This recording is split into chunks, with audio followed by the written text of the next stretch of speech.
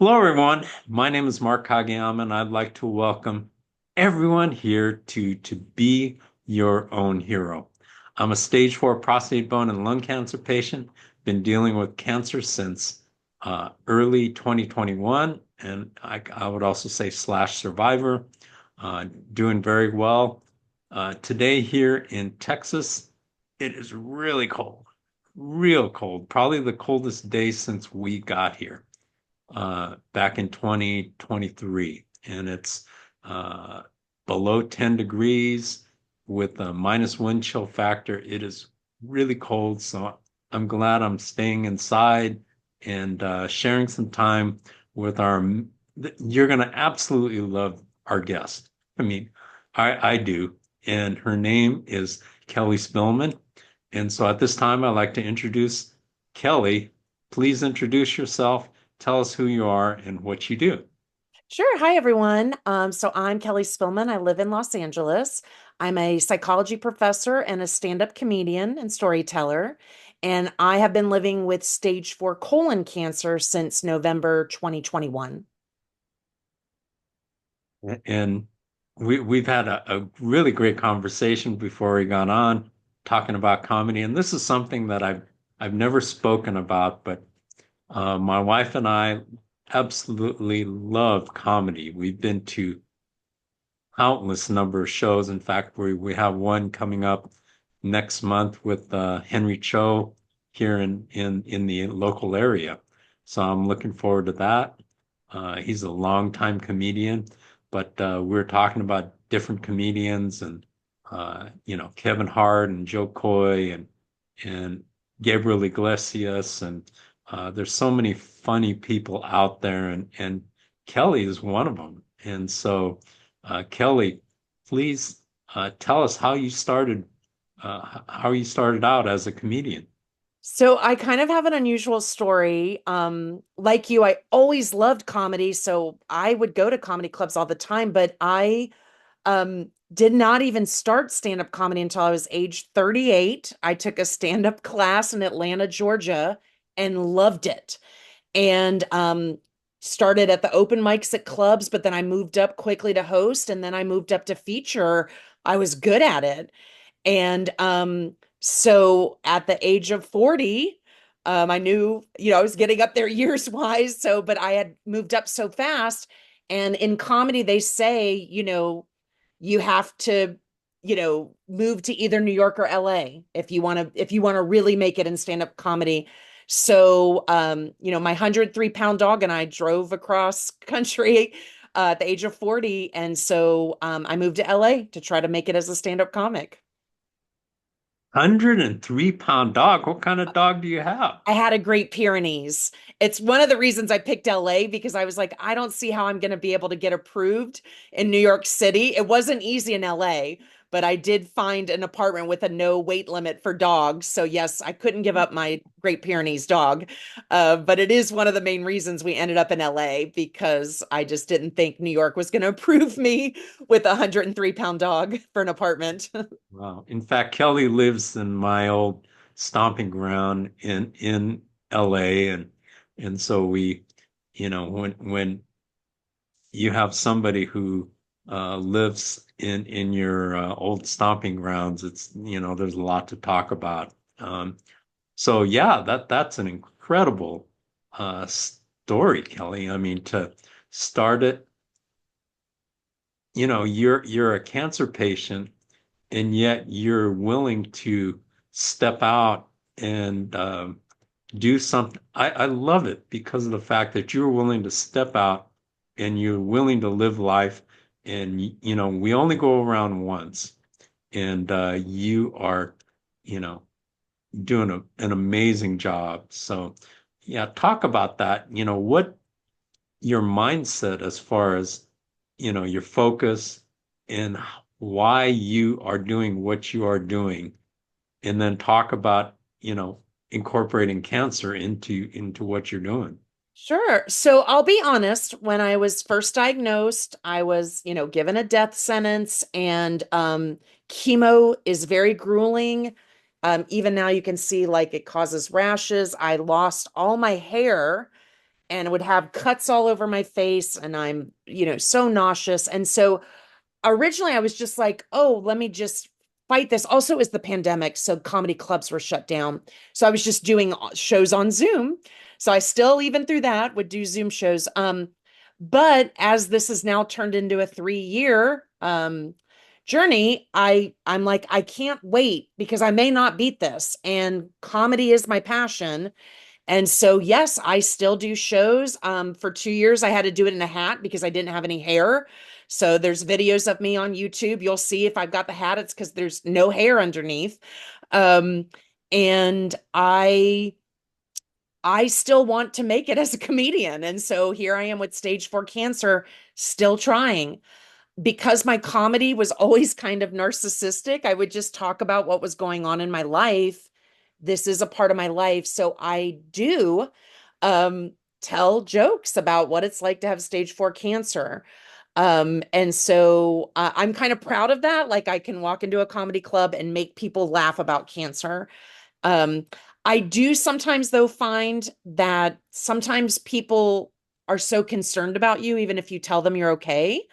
Especially, I think when I had the hat, I think I like right now, people don't think I look like I have stage 4 cancer, but I think earlier when I'd lost a lot of weight, I have no hair. Maybe that was part of it too. I think sometimes they would just worry about me. So that's one thing that's been interesting as a comedian. I have to let them see it's okay to laugh at this. I'm okay. We can all laugh. There's a lot that's funny about cancer. And I mean, for me, I I do wonder, I have long outlived, I was told like 6 months. Here I am 3 years and 3 months later. I have long outlived the statistic for stage 4 colon cancer. And I don't know. I think having a sense of humor and maintaining that is a very good coping mechanism. I really do. I think humor is the way to handle difficult things. That's a great point, and I've heard this from other people about the ability to laugh, while you're going through all this stuff that's not so fun. Yeah. So talk about that, how the importance of laughter while going through cancer. I mean, there, I guess for me too, maybe it's just my comedian brain, but there's just, to me, as I was going through things, there were just so many things that I thought were hilarious.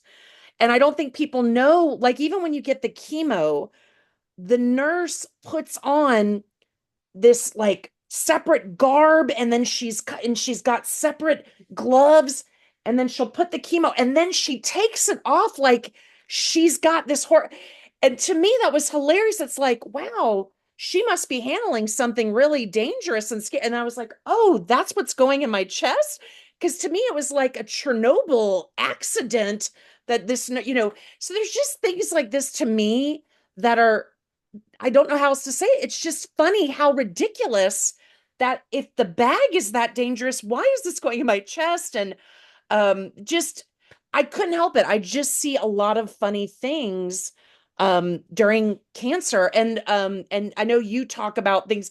To me, the funniest thing and what people resonate the most is when people try to help cure our cancer. And so that's what cancer patients, I think, love most about my comedy is I have a lot of jokes on the miracle cures that people tell us that are just simply ridiculous. And so, I can have a sense of humor about it because I know people, they care about us. And in a lot of ways, cancer is uncontrollable. And I think as humans, we want to control situations and we want to think that we can find this cure. And so I like to have fun with that because, again, I know people are coming from a good place when they do it, but some of the suggestions are just, that's, alkaline water is not going to destroy my stage 4 colon cancer, So anyway, that's where sometimes for me, it's a way to vent for things. One of my favorite jokes that I tell is now on social media, people compliment my appearance, and in person, they say, Kelly, you look so good. You look so good. But I think anyone with cancer that's done chemo, it does negatively, like I don't look like I used to look. So I have this joke that I've gone from an LA 5 to a Cancer 9. And for me, that's my way of having, I know people mean well, and that's why they tell us we look good, but it's hard when chemo has taken your hair and leaves rashes on your face. It's tough to have people tell you how good you look, especially someone like me that did not get compliments on my appearance before that. So for me, this is just how I cope with all this stuff, is just where can you find the kind of silliness or the ridiculousness in this very serious thing. Well said. Very well said. Talk about uh, how you got started, uh, with your comedy, and then what made you decide to incorporate cancer into your routine? Sure. So in Atlanta, age 38, I take my first stand-up class. And I will say, sometimes when people meet me, they are shocked I'm a comedian. I guess I don't come across. I'm not someone that's jokey, jokey. And so, like, set up punchline, I'm not that type of comedian. My brain doesn't work that way. I kind of talk through experiences and find the funny. That's really my style. And so, when I started at 38, I was on Match.com and I would get these ridiculous emails. And so I'm embarrassed to say, when I first started, I literally from my phone would read real Match.com emails that men sent me that were just hilarious, and then my reaction to it.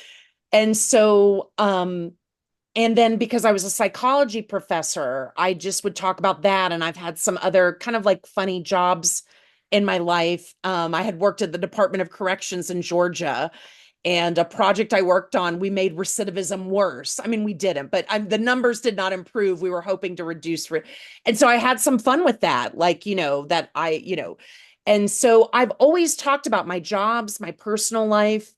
And so that's why when this happened, and to be honest, it seems almost silly to me to talk about like LA traffic when I'm fighting stage 4 colon cancer, And so this has always been my style. I've gotten better. I don't read Match.com profiles anymore, but I've always just talked about my life and where do I see silliness and ridiculousness in my life. And so it just naturally to me made sense. But if I'm being honest, there is another reason. I think this is what you were getting at earlier. There is a stigma about cancer. Movies always show that we're skin and bones and we're in the bed. And part of this is I want to put a face to stage 4 cancer. And, I'm still pursuing my dreams, and I want other stage 4 people to do that. Like, it's a bummer that, what we have to go through, but, I can still stand on stage for 10 minutes. I can do that. Or, so to me, it just made sense. Like I said, it doesn't always hit. My other jokes do. Because I think people are still like, is it okay to laugh at someone with stage 4 cancer? Or again, I think sometimes people are just have such empathy for us that they're worried about me. And so I need to even improve on this, like making it clear, I'm okay. We can laugh. It's okay to laugh about this. It's okay. That's great. Talk about the big weekend that you had. Um, yeah, I'm excited to hear about that. So I don't know if everyone knows, with colon cancer, we go in to get the 5 hours of chemo that I think most people with cancer, but they keep the needle in our chest and we have to go home and wear a bag for 46 hours full of chemo. So I got two of my biggest comedy opportunities of my life over the weekend. I got to open, I don't know if you ever got to see Craig Shoemaker. He's been Mhm. I so have. in Atlanta, he might not like me saying this, but even through my 20s and 30s, if he was at the punchline, I saw him and he asked me to open for him at the Flappers, and he sold out on Valentine's night. Now it was the day after, so I literally have a chemo needle in my chest, but I couldn't turn this down. In LA, I wish I could say I perform in front of 200 people, but I don't. I haven't made it that far in LA. So he is such a superstar comedian. He, of course, sold out. and I got to do 10 minutes. And I had actually been working with him. I took a comedy workshop and he wanted me to do cancer jokes. He loves that I'm talking about cancer. And so it went great. And I felt like I needed to explain. And again, the first 6 minutes killed. It was awesome. And then my first cancer joke hit really hard, but I could feel a decline. And then I had something I could go to. But I think again, it's just, I think they were worried about me because I'm literally getting chemo on the stage. And so part of me was worried. I didn't know if he was going to be upset I showed up with a chemo bag. Of course he didn't. And I didn't know, I probably wouldn't have even needed to explain, but I thought maybe I needed to explain why I'm wearing this, fanny pack on my shoulder. Um, but I was so proud I was able to do that. Like this was such, and I'm going to be able to get a video. So this maybe could help me get into comedy festivals. Like he offered me such an amazing comedy opportunity. And so then the next night, I didn't have the chemo bag. Thank goodness. I literally had to rush to the cancer hospital, get unhooked, and then I had to fly to Long Beach, drive fast, and I got to headline the Mensa convention. So I got paid as a headliner. This is a really big deal. And I did 38 minutes headlining the Mensa convention. And so I, again, and I didn't feel the best. I'm going to be honest. I mean, but I was able to stand for 38 minutes and made a real connection with them. And to me, this is, I'm just so excited because these are the two biggest opportunities I've had in LA since I've lived here. And so, I need these wins. I need these comedy wins. Like I still believe I have talent and I still want to make it in comedy. So these were two huge wins for me. And I happen to be doing them while on chemo or just coming off of chemo. So I was a little worried. Am I physically going to be able to do it? But I did. The energy from the audience, it really does make you feel better, even if you don't feel well. That energy just feeds you from the audience. I love that. Absolutely love that. And congratulations for Thank you. powering through and performing. I mean, that's not easy, but you're living and you're living your dream. And we only go around once and we only have so many opportunities. And so, you know, I think it's absolutely fantastic that you went out and you did that in spite of what you were going through. I mean, so many people would have said, and so many people would have, would have been okay. Hey, I'm not feeling well. I just went through chemo. Uh, Right. And I want to be upfront because sometimes I unintentionally make people who are on chemo feel bad. And I don't want people, I don't even know that that was my sister's a doctor and she's upset when I do these things. She thinks it's too hard on my body. So I just want to be clear on that too. It's okay to say you physically can't do something. I'm a comedy maniac and I just couldn't say no to those opportunities. I just couldn't. But I understand the physical demands of that. And I wasn't 100%. I'll be upfront. Physically, I just wasn't, but I just couldn't say no. I learned something in an interview I did yesterday. Uh, the guy I interviewed yesterday, his name is Bill. He's an ultra marathoner, and he said something that I hadn't heard before. He fasted 72 hours prior to having chemo, and he said it really helped him because there was nothing left in his system to throw up, Ah, and he yes. said he didn't feel any side effects as well. Wow. I'll be upfront with you. I do not do fasting before chemo, but there definitely are published studies and people have sent them to me saying exactly that. And so I have seen that as well. I have not participated in fasting before chemo, but it does make sense. You're right. If there's not much there, then you don't have to worry about the nausea. That makes sense. Right, right. But I think it's so incredible. And you're such a beautiful example to other cancer patients, um, who, so many cancer patients, I think, when they're going through chemo and things like that, or treatments or radiation or whatever they're going through, the rest of their life stops and they Yes. just and they just do, the treatment. Yes. I think there's more and more stories coming out. In fact, this gentleman, Bill, that I interviewed, he runs right after he has chemo and he exercises, which is crazy. And then I saw this past summer, there was a relief pitcher. I don't recall his name right off the top of my head, for the Chicago White Sox. As soon as he got diagnosed at the beginning of last season. And he said, I'm going to return pitching during the season. So during the summer, after he'd get chemo, the first thing he would do would be he would go in his backyard and he would pitch. He would throw pitches. So I think, you know, it's so amazing what people are willing to do. And it says, all of them say it makes them feel better after they're doing, and I'm sure, how did you felt really good after I you did. completed it?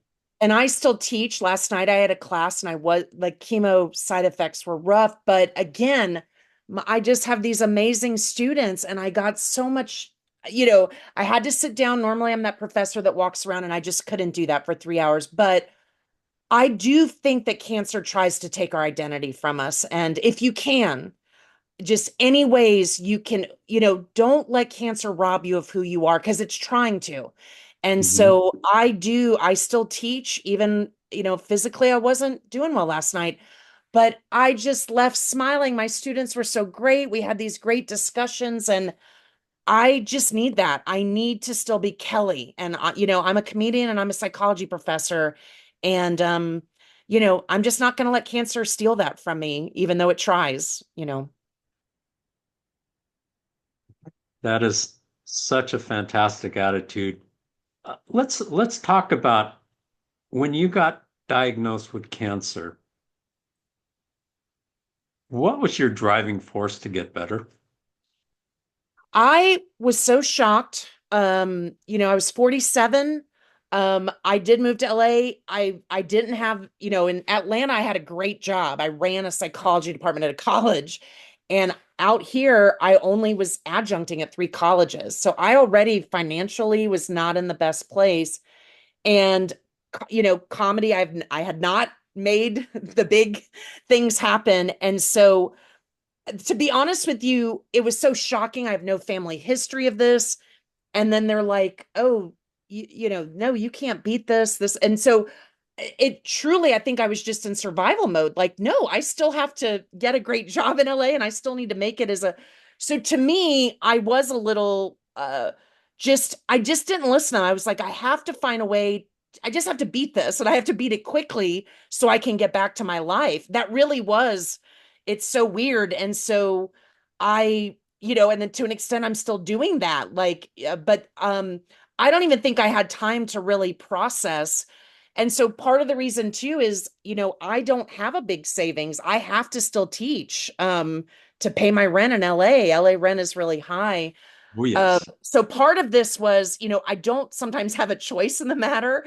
And so I really was like, I never accepted this death sentence, and here I still am. And I still am hoping to beat this. I really am. And I'm still actively making choices to try to get this cancer out of me. I mean, he loves to come back. But that really was it. It really was just, how can I beat this? So I can get back to my life. I really did look at it that way. And now I've had to change that because I've realized now I'm kind of just living with cancer. I'm still trying to beat it, but I also realized in the beginning it was just all I was focusing on was beating it. And so I wasn't doing shows as much and I was only teaching online. And then I realized I may not. And I've had to acknowledge that, and this is it with the comedy. I'm going to wear the chemo because I still want to pursue my dreams. And I may have to do that, while on chemo. And, so there's been a little bit of a shift that way that I do realize this is not something I'm quickly going to beat because clearly I'm still trying to beat it more than 3 years later. Um, but yeah, that was always I just was so I won't accept. I just think I'm too young to die. I still do, even at 50. I'm just not willing to accept this death sentence. I still have things I want to do. So That is beautiful. I love that. I really love that attitude. And you know, that is one of the most important things as far as I'm concerned, is I want to see, you know, I work with a lot of cancer patients and you know, I, a lot. And what is really a telling feature is what you're talking about is that resolution to beat this thing and move forward for you. Uh, because, we only have one life. We only go around once. And so why not make the absolute most of it? Have you ever been, through your cancer journey, have you ever been debilitated at all where you were bedridden and things like that?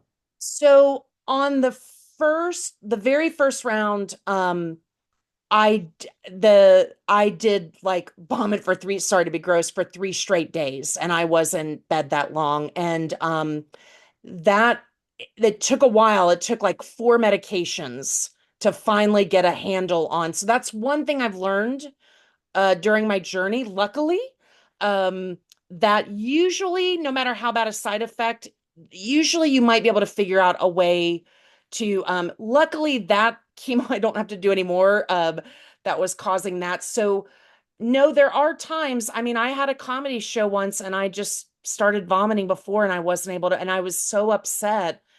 But, I'm in a stage 4 support group and someone said, and it just stuck with me. He was like, we're unreliable. And so I had to bail on meeting a friend on Monday because I just was so sick. And I think people get it. I call it my stage 4 cancer card. Sometimes we have to use it. I have,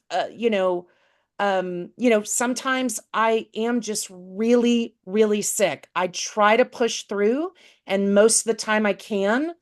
Um, but sometimes, yeah, luckily I've been very lucky that way too. And I want to be very clear on that. There are people, and that's why I don't want to upset people who, I know there's some people they can't do a comedy show because they cannot get out of bed. And I'm just lucky that my side effects generally are not that bad, luckily for me. But no, there have been times that the side effects, they do get in the way. That was an important lunch. I hadn't seen that friend in a long time, but I'm meeting her tomorrow. My stage 4 card, people will reschedule with you. The guy that did the show, he's not mad at me. I have stage 4 cancer. I'm on chemo. I was vomiting right before I was supposed to go on, so I couldn't go on. But it does also, that's why originally I wasn't doing comedy shows, but now I'm like, I just take an anti-nausea medication. Like I will make sure I don't vomit on the stage. And like I have a solo show I'm working on now. It's an hour. It did get into several festivals. I so far have been able to do it standing. I acknowledge I may need a chair on stage and I may have to sit down for part of that hour. And I'm okay with that. I don't love it, but I don't think people are going to storm out of my show if I sit down for 10 minutes while I'm telling, the story. I hope I don't have to do that, but I'll have a chair. I may need it. So I acknowledge I do have limitations sometimes. I don't love it, but I'm not going to not do my show. I'll just sit down for it. I can still talk no matter how, and I'll take an anti nausea medication before the show, so I'll make sure I don't throw up. Website you'd like to share? Um, so I'm bad. I should so I'm on all the social media like Kelly Spillman. I think on Instagram I'm Kelly Spillman 3322. I do have some cancer jokes on there. I took part in fact I got tagged. I was in took part in this thing called storyectomy, and all of us had been impacted by cancer. So they had my videos because it was through them, but they've been putting some, and I'm going to put some up too from because I taped the flapper set. So I'll throw some videos on there. But I'm on Facebook, on YouTube, Kelly Spillman. I've got videos, and I'm touring my show, I Blame Florida, about my cancer journey all over the country. So hopefully I'll bring it to Texas. We'll see. But yes, you can. I'm definitely on Instagram, Facebook, and my YouTube has comedy videos. Great, great.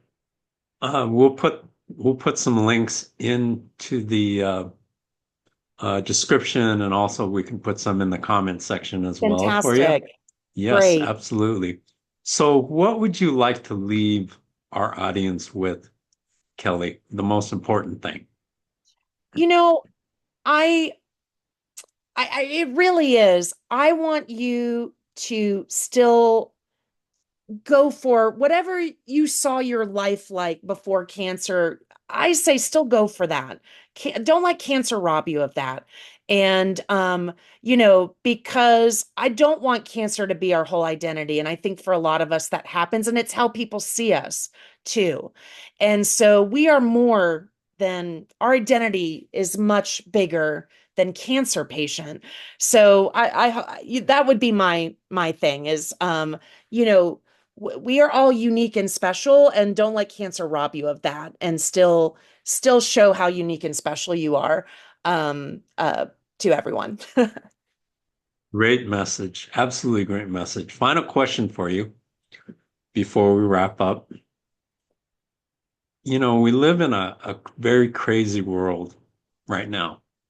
And it's kind of like, once you're on that side and we're on this side, whatever side that may be.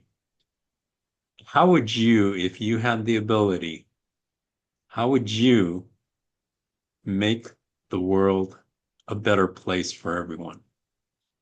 I'm glad you brought this up because I've been struggling with this. I myself have always been a very political person, and I know it's tough when people are upset. And I think no matter what your political person, it seems every American is upset. And so I have been saying this to my students because I worry as a comedian that people think if you're joking, it means you don't care about some really big things that are happening, and you're not acknowledging that people are suffering. And so, one thing I would say is to make the world a better place, please, everyone, still find moments of joy in your life because I just don't think being upset all day long in the long run is helping you in any way. And so I think if you can still find these moments of joy, I think that will even give you the energy to tackle some of these things we're upset about and these problems. But to just be worrying and definitely and just always remember, and comedy can do that. At that Mensa convention, someone brought up politics, and there were both sides in that room. And I feel good. I did not I mean, I made everyone laugh. And so we all have more in common than we think. And I do think there's been this push to separate our country and think it's us versus them. But I see through comedy, just talking about everyday things, we have so much more in common than we think. And so, but that would be my big thing. I get it to be worried about what's going on, and the news can just bring you down. But part of it is like I'm kind of feeling too, like, don't let them steal your joy. We have to find joy, have fun, and laugh. I mean, you need this for your sanity. And we all can do this. So yeah, do things that make you smile, do things that make you laugh. And let's just stay connected to each other too, because I think we can get in so this is great that even through Zoom, you find ways to connect cancer people. Here you are in a small town in Texas, here I'm in LA, and here we are making a connection, and that's awesome. Beautiful. Absolutely beautifully said.